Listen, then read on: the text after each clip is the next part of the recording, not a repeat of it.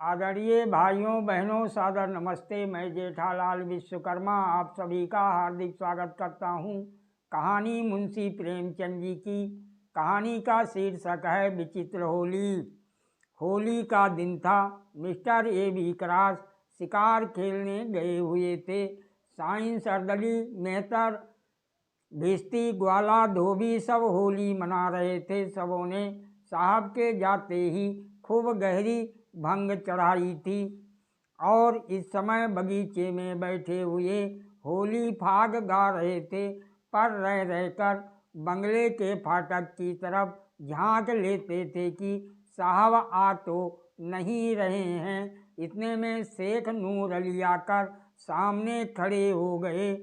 Science ने पूछा, कहो खान सामाजी साहब कब आएंगे? नूर अली बोला, उनका जब भी जी चाहे आए, मेरा आज इस्तीफा है, अब इसकी नौकरी ना करूँगा। अर्दली ने कहा, ऐसी नौकरी फिर ना पाओगे, 4 पैसे ऊपर की आमदनी है, नाहक छोड़ते हो। नूर अली बोला, अजी लानत भेजो, अब मुझसे गुलामी ना होगी।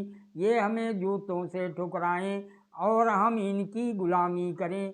आज यहाँ से डेरा कूच है, आओ तुम लोगों की दावत करूं। चले आओ कमरे में, आराम से मेज पर डट जाओ, वो बोतलें पिलाऊं कि जिगर ठंडा हो जाए। साइंस बोला, और जो कहीं साहब आ जाएं तो? नूर अली ने कहा, वो अभी नहीं आने का, चले आओ। साहबों के नौकर प्रायः शराबी होते हैं। जिस दिन से साहब के यहाँ गुलामी लिखाई, उसी दिन से ये बला उनके सिर पड़ जाती है। जब मालिक स्वयं बोतल की बोतल उड़ेले जाता है तो भला नौकर क्यों चूकने लगे। ये निमंत्रण पाकर सबके सब खिल उठे। भंग का नशा चढ़ा ही हुआ था। ढोल मजीरे छोड़ छोड़कर नूर अली के साथ चले और साहब के खाने के कमरे में कुर्सियां पर आ बैठे। नूर अली ने विस्की की बोतल खोलकर गिलास भर और चारों ने चढ़ाना शुरू कर दिया। ठर्रा पीने वालों ने जब ये मज़ेदार चीज़ें पाई तो गिलास लुढ़काने लगे। खान सामा भी उत्तेजित करता जाता था। जरा देर में सबों के सिर फिर गए। भय जाता रहा। एक ने होली छेड़ी, दूसरे ने सुर मिलाया, गाना होने लगा। नूर अली ने ढोल मजीरा लाकर रख दिया। वहीं मजलिस जम गई। गाते गाते एक उठकर नाचने लगा, दूसरा उठा, यहाँ तक कि सबके सब कमरे में चौकड़ियाँ भरने लगे। हू हक मचने लगा। कबीर, फाग, चौताल, गाली गलौज, मारपीट, बारी बारी सबका नंबर आया। सब ऐसे निडर हो गए थे मानो अपने घर में हैं। कुर्सियाँ उलट गईं, दीवारों पर की तस्वीरें टूट गईं। एक ने मेज उलट दी, दूसरे ने रकाबियों को गेंद बनाकर उछालना शुरू कर दिया। यहाँ यही हंगामा मचा हुआ था कि शहर के रईस लाला उजागरमल का आगमन हुआ। उन्होंने ये कौतुक देखा तो चकराए। खान सामा से पूछा, ये क्या गोलमाल है शेख जी? साहब देखेंगे तो क्या कहेंगे? नूर अली बोले, साहब का हुक्म ही ऐसा है तो क्या करें। आज उन्होंने अपने नौकरों की दावत की है, उनसे होली खेलने को भी कहा है। सुनते हैं, लाल साहब के यहाँ से हुक्म आया है कि रियाया के साथ खूब रफ्त जब्त रखो, उनके त्योहारों में शरीक हो, तभी तो ये हुक्म दिया है, नहीं तो इनके मिजाज ही ना मिलते थे। आइए तशरीफ रखिए, निकालूं कोई मज़ेदार चीज़। अभी हाल में विलायत से पार्सल आया है। राय उजागरमल बड़े उदार विचारों के मनुष्य थे। अंग्रेजी दावतों में बेधड़क शरीक होते थे। रहन सहन भी अंग्रेजी ही था और यूनियन क्लब के तो वो एकमात्र कर्ता ही थे। अंग्रेज़ों से उनकी खूब छनती है और मिस्टर क्रॉस तो उनके परम मित्र ही थे। जिलाधीश से चाहे वो कोई हो, सदैव उनकी घनिष्ठता रहती थी। नूर अली की बातें सुनते ही एक कुर्सी पर बैठ गए और बोले, अच्छा ये बात है, हाँ तो फिर निकालो कोई मज़ेदार चीज़, कुछ गज़ल भी हो। नूर अली बोला, हजूर आपके लिए सब कुछ हाजिर है। लाला साहब कुछ तो घर ही से पीकर चले थे, यहाँ कई गिलास चढ़ाए तो जबान लड़खड़ाते हुए बोले, क्यों नूर अली, आज साहब होली खेलेंगे क्या? नूर अली बोला, जी हाँ। उजागर मल ने कहा, लेकिन मैं रंग वंग तो लाया नहीं, भेजो चटपट किसी को मेरी कोठी से रंग पिचकारी वगैरह लाए। साइंस से कहा, क्यों घसीटे, आज तो बड़ी बहार है। घसीटे ने कहा, बड़ी बहार बहार है, होली है। उजागर मल गाते हुए बोले, आज साहब के साथ मेरी होली मचेगी, आज साहब के साथ मेरी होली मचेगी, खूब पिचकारी चलाऊंगा। घसीटे ने कहा, खूब अबीर लगाऊंगा। ग्वाले ने कहा, खूब गुलाल उड़ाऊंगा। धोबी ने कहा, बोतल पर बोतल चढ़ाऊंगा। अर्दली ने कहा, खूब कबीरे सुनाऊंगा। उजागर मल बोले, आज साहब के साथ मेरी होली मचेगी। नूर अली ने कहा, अच्छा सब लोग संभल जाओ, साहब का मोटर आ रहा है। सेठ जी ये लीजिए, मैं दौड़कर रंग पिचकारी लाया, बस एक चौताल छेड़ दीजिए और जैसे ही साहब कमरे में आए उन पर पिचकारी छोड़िए और दूसरे से तुम लोग भी उनके मुंह में गुलाल मलो, साहब मारे खुशी के फूल जाएंगे। वो लो मोटर हाथे में आ गया। होशियार मिस्टर क्रॉस अपनी बंदूक हाथ में लिए मोटर से उतरे और लगे आदमियों को बुलाने, पर वहाँ तो जोरों से चौताल हो रहा था। सुनता कौन है, चकराए, ये मामला क्या है? क्या सब मेरे बंगले में गा रहे हैं? क्रोध से भरे हुए बंगले में दाखिल हुए तो डाइनिंग रूम अर्थात भोजन करने के कमरे से गाने की आवाज़ आ रही थी। अब क्या था, जामे से बाहर हो गए, चेहरा विकृत हो गया, हंटर उतार लिया और डाइनिंग रूम की ओर चले, लेकिन अभी तक एक कदम दरवाजे से बाहर ही था कि सेठ उजागर मल ने पिचकारी छोड़ी। सारे कपड़े तर हो गए, आंखों में भी रंग घुस गया, आंखें पोंछ ही रहे थे कि साइंस ग्वाला सब के सब दौड़े और साहब को पकड़कर उनके मुंह में रंग मलने लगे। धोबी ने तेल की कालिक का पाउडर लगा दिया। साहब के क्रोध की सीमा ना रही। हंटर लेकर सबों को अंधाधुंध पीटने लगा। बेचारे सोचे हुए थे कि साहब खुश होकर इनाम देंगे।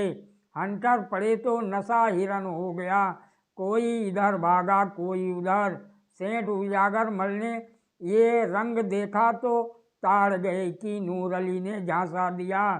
एक कोने में दबके रहे।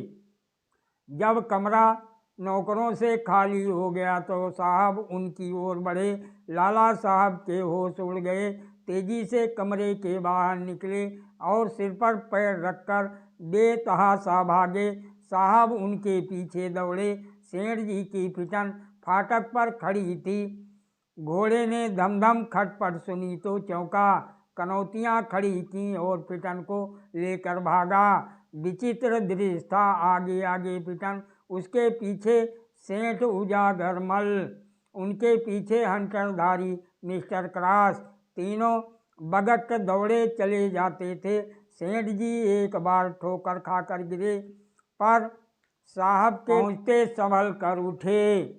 हाथे के बाहर सड़क तक घुड़ दौड़ रही। अंत में साहब रुक गए, मुंह में कालिक लगाए। अब और आगे जाना हास्यजनक मालूम हुआ। ये विचार भी हुआ कि सेठ जी को काफ़ी सजा मिल चुकी, अपने नौकरों की खबर लेना भी जरूरी था। लौट गए। सेठ उजागर मल की जान में जान आई। बैठकर हाँफने लगे। घोड़ा भी ठिठक गया। कोचवान ने उतर कर उन्हें संभाला और गोद में उठाकर गाड़ी पर बैठा दिया। लाला उजागरमल शहर सहयोगी समाज के नेता थे। उन्हें अंग्रेजों की भावी शुभकामनाओं पर पूर्ण विश्वास था।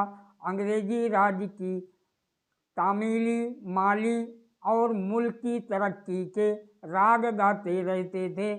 अपनी वक्ताओं में सहयोगियों को खूब फटकारा करते थे। सहयोग ने उनके मान और धन को खूब बढ़ाया था। अतएव मुँह से चाहे वो असहयोग की कितनी ही निंदा करें, पर मन में उसकी उन्नति चाहते थे। उन्हें यकीन था कि असहयोग एक हवा है, जब तक चलती रहे उसमें अपने गीले कपड़े सुखा लें।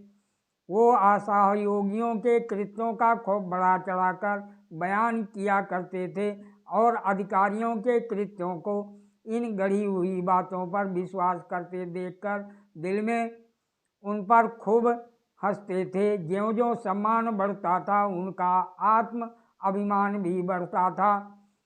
वो अब पहले की भांति भीरू न थे। गाड़ी पर बैठे और जरा सांस फूलना बंद हुआ तो इस घटना की विवेचना करने लगे।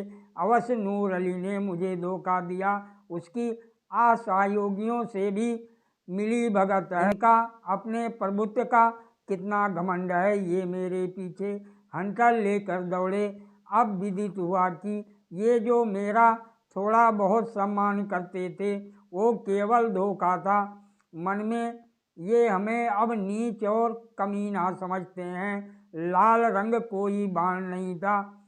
हम बड़े दिनों में गिरजे जाते हैं, इन्हें गालियां देते हैं। वो हमारा त्योहार नहीं है। ये जरा सा रंग छोड़ देने पर इतना बिगड़ उठा। हाँ, इतना अपमान मुझे उसके सामने ताल ठोक कर खड़ा हो जाना चाहिए था।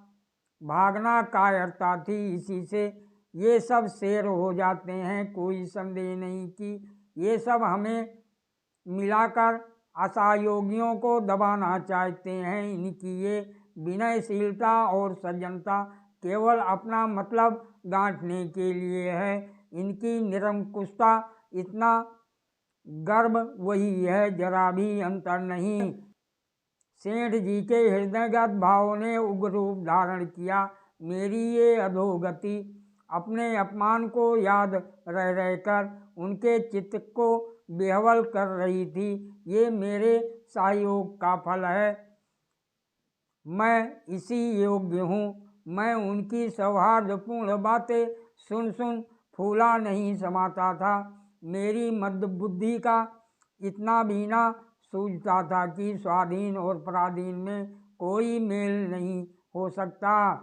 मैं असहयोगियों की उदासीनता पर हंसता था। अब मालूम हुआ कि वह हास्यास्पद नहीं है, मैं स्वयं निंदनीय हूँ। वो अपने घर न जाकर सीधे कांग्रेस कमेटी के कार्यालय की ओर लपके। वहाँ पहुँचे तो एक विराट सभा देखी। कमेटी ने शहर में छूत अछूत छोटे बड़े सबको होली का आनंद मनाने के लिए निमंत्रित किया था। हिंदू मुसलमान साथ साथ बैठे हुए प्रेम से होली खेल रहे थे। फल भोज का भी प्रबंध किया गया था। इस समय व्याख्यान हो रहा था। सेठ जी गाड़ी से तो उतरे, पर सभा स्थल में जाते संकोच होता था। ठिठकते हुए धीरे से जाकर एक और खड़े हो गए। उन्हें देखकर लोग चौंक पड़े। सबके सब विस्मित होकर उनकी ओर ताकने लगे। ये खुशामदियों के आश्चर्य आज यहाँ कैसे भूल पड़े।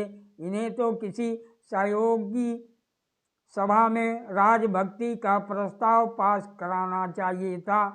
शायद भेद लेने आए हैं कि ये लोग क्या कर रहे हैं। उन्हें चिढ़ाने के लिए लोगों ने कहा, कांग्रेस की जय। उजागरमल ने उच्च स्वर में कहा, असहयोग की जय। फिर ध्वनि हुई, खुशामदियों की जय। सेठ जी ने उच्च स्वर में कहा, जी हुजूरों की जय।